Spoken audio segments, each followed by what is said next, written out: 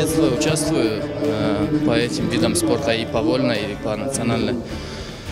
Ну, это зрелищная борьба, броски, не броски, ну, зрелищная, чем там вольная, там дзюдо. Там. Мне нравится эта борьба.